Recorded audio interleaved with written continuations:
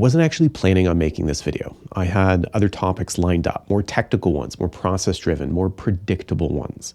But after watching Mark Carney's speech the other day, I couldn't shake this feeling that I thought had to be said. Not as a planner, not as an advisor, but as someone who has sat across the table from hundreds of people trying to answer the same quiet question. Are we actually going to be okay? Now, what really hit home for me was the line in the speech where he said, when the rules no longer protect you, you must protect yourself. And the moment I heard that, I thought about the people and the families that I work with every single day.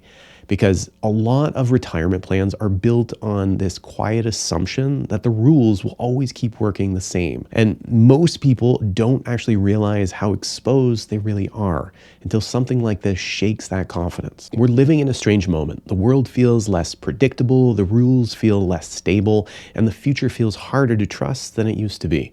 Now, you might be watching the news, watching markets move, watching interest rates, geopolitics, and headlines stack up.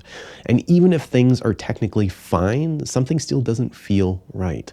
And that feeling matters because retirement isn't just about numbers, it's about confidence. Now, I've been fortunate enough to work with hundreds of retirees over the years, people who followed the rules, people who did everything they were told to do.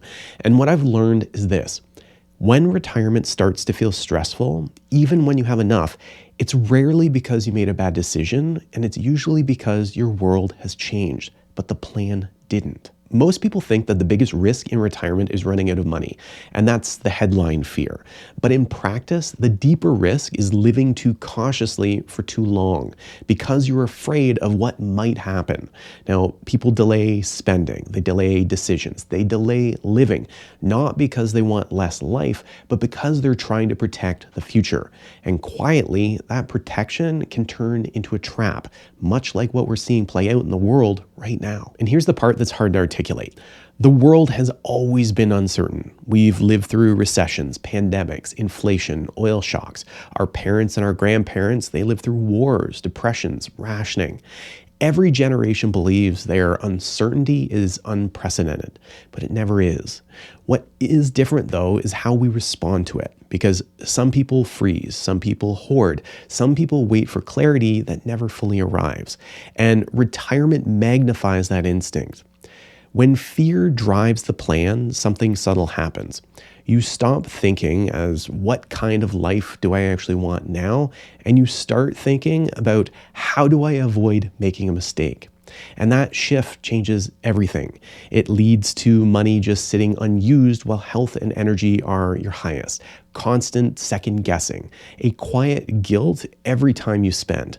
And ironically, it doesn't always make the future safer. Sometimes it makes it even harder. Here's a question I hear all the time, but it's never directly. And it sounds like this: we're probably fine, right? Or I just don't want to mess this up. What if we spend too much early? But the real question underneath all of this is this: what if I'm being too careful and I don't realize it until it's too late? That's a terrifying thought for a lot of people because nobody wants to be reckless with their life. Nobody wants to look back and say, we should have known better. But there's another version of regret that we almost never talk about. And it sounds like this: we waited too long. We could have done more. We had the money, but we just didn't give ourselves permission. Now, I've never had someone sit across from me and actually say, I wish we had been more afraid. But what I do hear more than a few times is that I wish we had trusted ourselves earlier. And that's the tension that retirement creates. You're not choosing between being smart and irresponsible. You're choosing between living cautiously and living intentionally. And most people don't realize they're choosing at all. Periods like this don't just create risk, they create clarity. They force better questions, not how do I maximize everything, but what actually matters if things don't go perfectly. Because retirement doesn't reward perfection, it rewards resilience, flexibility, optionality, and confidence that you can adapt. Now, here's a simple exercise that you can do tonight. Ask yourself, if nothing catastrophic happens, am I living the life that I want right now? And then ask, if something does go sideways later, do I have enough flexibility to adjust? Retirement isn't about eliminating risk, it's about being prepared to respond. The goal isn't to outsmart the future, the goal is to build a life and a plan that can absorb uncertainty without stealing your peace today. And that's how people actually come out the other side unscathed, by not predicting everything, but by not facing it alone. Now, if you're feeling unsettled right now, you're not alone and you're not behind. You're paying attention. And if you want someone in your corner to be able to help you through this, to challenge your fear-based decisions, and to keep you grounded when the headlines get too loud, I'm here. Sometimes what people need the most isn't another answer, it's just a conversation.